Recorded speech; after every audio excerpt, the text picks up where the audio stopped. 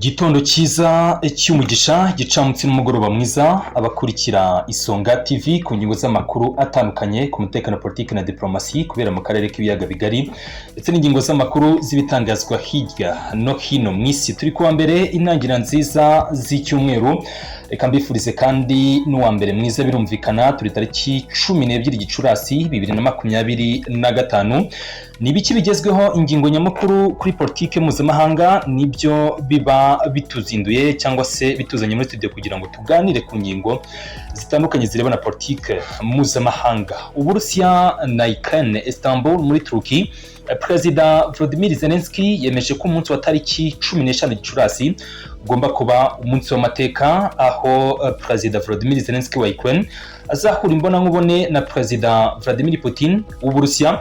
Turaza komoza ku ruhande rw'Uburusiya ndetse n'icyo ruvuga kuri ingingo, cyane ko Dmitry Peskov uvugira Kremlin Presidansi y'Uburusiya asa nk'aho yaciye amarenga ko Perezida Vladimir Putin atazitabira biriya biganiro, nubwo ari we wafashe iya mbere mu gutangaza ko yifuza kugirana ibiganiro icyo yise direct talk bihabanye cyane n'ibyo Occident cyangwa se ibihugu biri muri Leta Zunze Ubumwe za Amerika, Ubufaransa n'ubwami bw'Abongereza bamaze iminsi bifuza ko hasinywa agahenge k'iminsi 30. Nagahenge nako byari biteganyijwe ko uyu munsi wa tariki 12 Gicurasi aribwo kagombaga gutangira.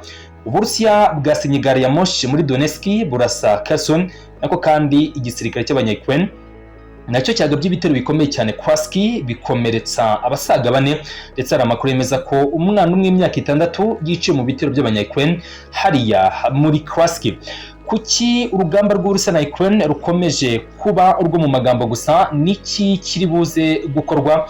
Izo ngingo tugiye kuganira muri kano kanya, aho byose uko byakabaye tugiye kubiva imuzi n'imuzingo. Hari n'andi makuru menshi abajyanye birumvikana n'urugamba, nabyo tuba turi buze kugenda tubikomozaho, tunaca kandi ku ngingo nyinshi zigiye zitandukanye. Byose gahunda ni ukubagezaho package cyangwa se amakuru yuzuye birumvikana kandi azira ikinyoma.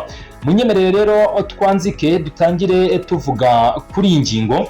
Ni ingingo yemeza ko tariki 15 guhera ku munsi w'ejo nibwo bitangazamakuru byose mpuzamahanga n'ibindi bitangazamakuru byaramutse cyangwa se byiriwe ibindi birara byandika ko nakabuza hagomba kubaho uguhura Istanbul muri Turkey hagati ya Perezida Vladimir Putin ndetse na Perezida wa Ukraine Volodymyr Zelensky.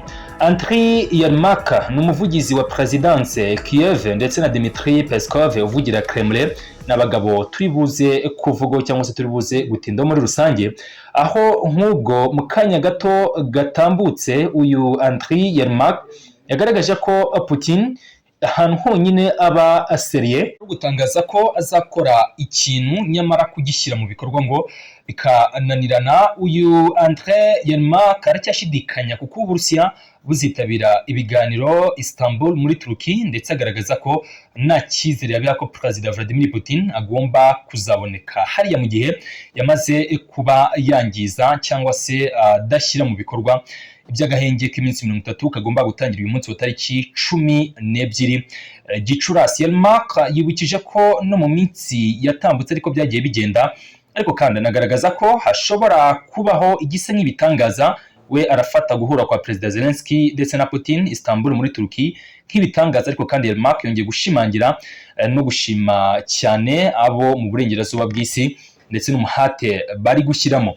Tariki 10 nibwo abaperezida barimo Emmanuel Macron, barimo Donald Tusk ministre w'intebe wa Pologne, abarimo kandi Keir Starmer uhagarariye cyangwa se ministre w'intebe w'ubwami bw'Abongereza ndetse na Merz chancelier mushya w'Ubudage bageze Kiev cyangwa se binjiye muri Ukraine. Nta kintu cyari kibazanye kwari ugufasha Ukraine kuba yamenye ibyo igomba kuvuga cyangwa se igomba gushyiraho signature mu masezerano igomba kugirana n'Uburusiya. Kuri ubu rero hanavukiramo cyangwa se zamukiramo ino ngingo ikomeye yuko habaho uguhura, kuko Trump nk'uko nawe ku munsi w'ejo yifashishije urubuga rwe rwa X yabitangaje, agaragaje ko Putin adakeneye iby'agahenge k'iminsi 30, akeneye icyo yise direct talk. Yifuza ko habaho ibiganiro byako kandi byahuranyije bishobora kwita byemeza niba intambara yarangira cyangwa se itarangira. Kugeza ubu rero nubwo dugitegereje ko ibiganiro by'Istanbul si ubwa mbere byabibaye, kuko 2022 Istanbul naho hari ibiganiro by'abiguzi impande zombi na 2023 biza guhagarikwa. Kuri ubu rero hagiye kuba icyo navuga cyitwa resuming cyangwa se gusubiramo, kongera kurebera hamwe ko Istanbul ariyo yashyira akadomo ku rugamba Burusiya bahanganyemo na Ukraine.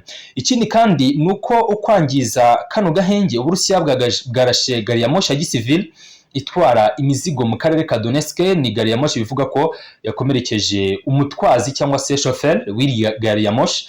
Ni abantu benshi bakunze kuba bazirimo, akenshi ni izi gari ya moshi ziba zirimo abashoferi bashobora gusimburana niba ifatinira ndende, ashobora kuba arimo abacunga imizigo. Usanga ari gari ya moshi ziba zirimo abantu batarenze hafi 30 abagenda bacungacunga bareba maintenance n'ibindi bitandukanye.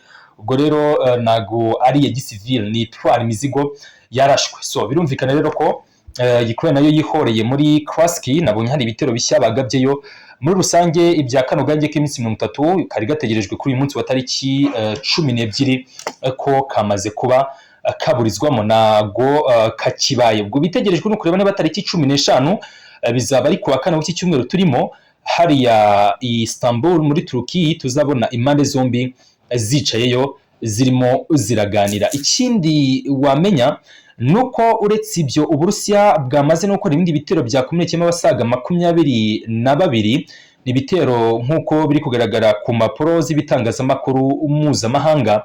Nk'ubwo hari abemeza ko indege cyangwa se igisirikare cyo mu kirere cy'abanya-Ukraine cyahanuye drone ziri gukabakaba mu 108 zari zigamije kugaba bitero zitwikira ijoro. Ubwirinzi bw'abanya-Ukraine bwemeza ko bwaburijemo 55 muri zo, ariko hakaba n'izindi zagiye zibacika mu byerekezo bitandukanye mu gice cy'uburasirazuba, amajyaruguru, amajyepfo ndetse no rwagati muri Ukraine.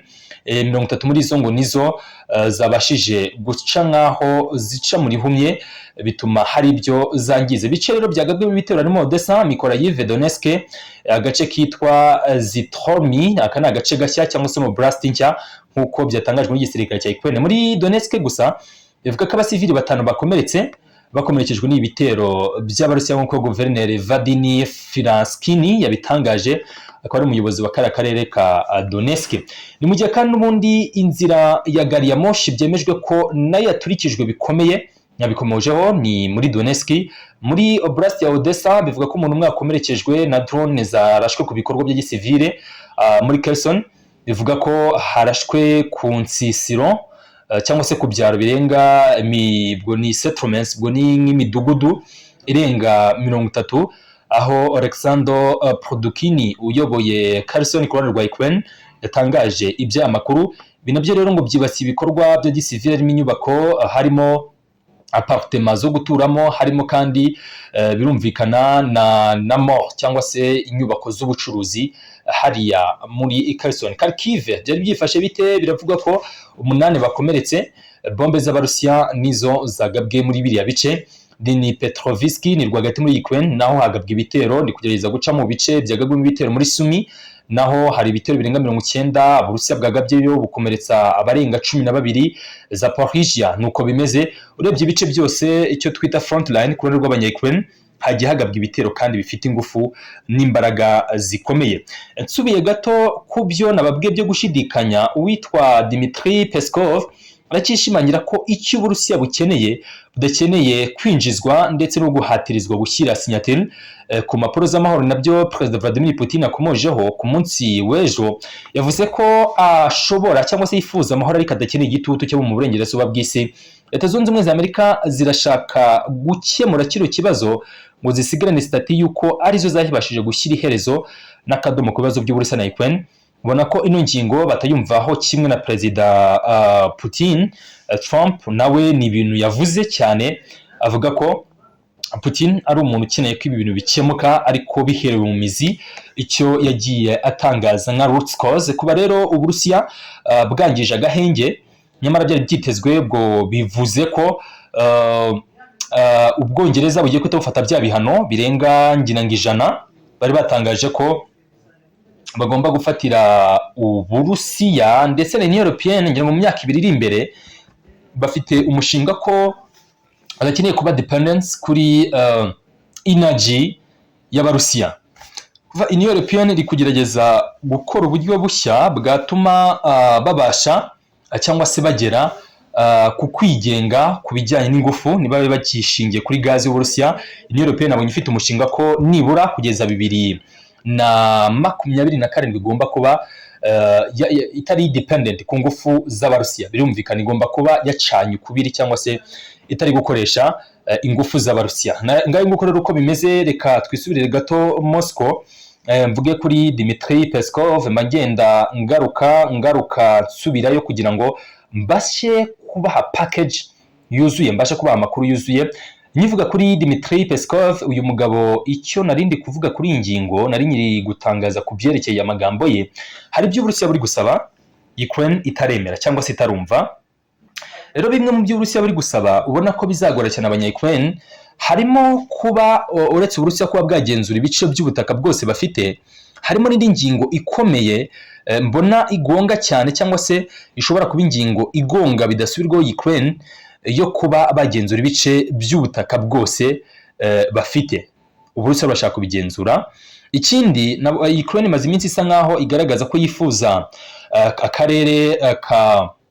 akarere ka Crimea navuga imaze igihe igenzurwa n'Uburusiya, bagaragaje ko bayifuza. Uburusiya buravuga buti rwose icyo nabwira nuko mwakura y'amaso, muvana y'amaso ino Crimea na igomba kuba ibice by'ubutaka mutekereza ko ari ibice by'ubutaka bwanyu. So ikibazo rero cyo kwibaza gihari no mu masezerano basinya na Zelensky niba nahurira Istanbul, kuko kugeza ubu nago bigaragara ko Putin azitabira, nago Ukraine. Zelensky we yabitangaje officially, birazwi ko agomba kuhagera, zanahagera mbere gato.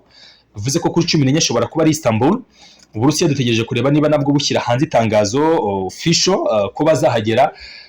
Tunavuge ko bahageze baraganira nabyo twifuza, ariko se Ukraine iri ready, Europe iri ready, US iri ready ko ibyo Uburusiya budemandinga cyangwa se buri kwaka bazabitanga.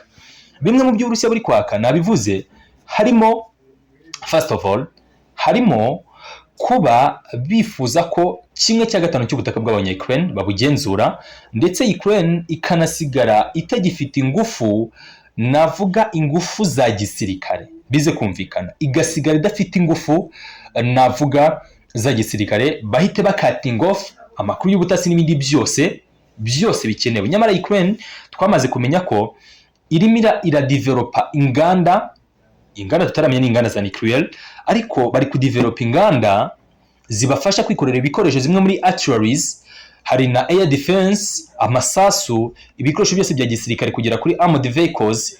Ukraine irimo irabyikorera, sofa bari kubyikorera. So icyo Uburusiya bwarwaye nabwo mu kutubaka igisirikare cy'abanya-Ukraine, navuga ko bakubise igihwereye, ntago iyi ngingo izigera ibahira. So nuko bimeze rero, nukuza kureba Istanbul bizagenda bite. Istanbul hazavugwa iki, hazakorwa iki, byose ni amakuru cyangwa se n'ingingo natwe dutegeranyije amatsiko tureba muri rusange niba nahura bana bategetsi bombi icyo bazaba baganiraho. Ni mu gihe rero n'ubundi twe amakuru n'ibiganiro byacu n'ubundi babivuga kuri politike mpuzamahanga, abari akagaruka ntabwo abari ingingo y'ako kanya gusa, abari ingingo nyinshi zirimo gukomoza ndetse no kugenda tugaruka ku bintu byinshi bivugwa ku ruhando rwa politike mpuzamahanga. Byose rero tubikora mu murongo wo kumenyekanisha ndetse no kuganira birumvikana ku makuru abagezweho. Byose ni muri gahunda yo gukomeza kubaha package. Mbakangurira rero ko mwakomeza gukurikira no kubana n'iyi platform yacu ku ngingo z'amakuru, aho turi no kubategurira rwose uburyo bwiza noneho bw'imbona nkubone, aho tuzatukoresha uburyo bw'amashusho tuganira, twongera tuvuga kuri politike mpuzamahanga. Hari benshi mwa mukumbuye ko tuganira cyangwa se tuvuga ariko turebana, tuvuga mu buryo navuga ko tugaragara kwa. So turi kubiyitegura mu gihe ubushobozi bwabukunze rwose bitari kure, tuzatanye gukora ibiganiro mu by'ukuri mu buryo bw'imbona nkubone. Byose rero ni muri gahunda n'ubundi wo gukomeza kuganira ku ruhando cyangwa se kuri politike mpuzamahanga birumvikana, aho tuba duhuriza ingingo nyinshi z'amakuru zitandukanye. Reka rero nkomeze mbifurize kumererwa neza, mukomeze rwose mugire ibihe byiza, tuze kongera kubana gato mu mwanya uri imbere tuganira ku zindi ngingo kandi zitandukanye. Reka mbifurize umugisha w'Imana, nabyo mora mbasabira Imana ibahire kandi ibe bugufi bwanyu. Blessings over blessings. Duhure mu kanya gato kari imbere.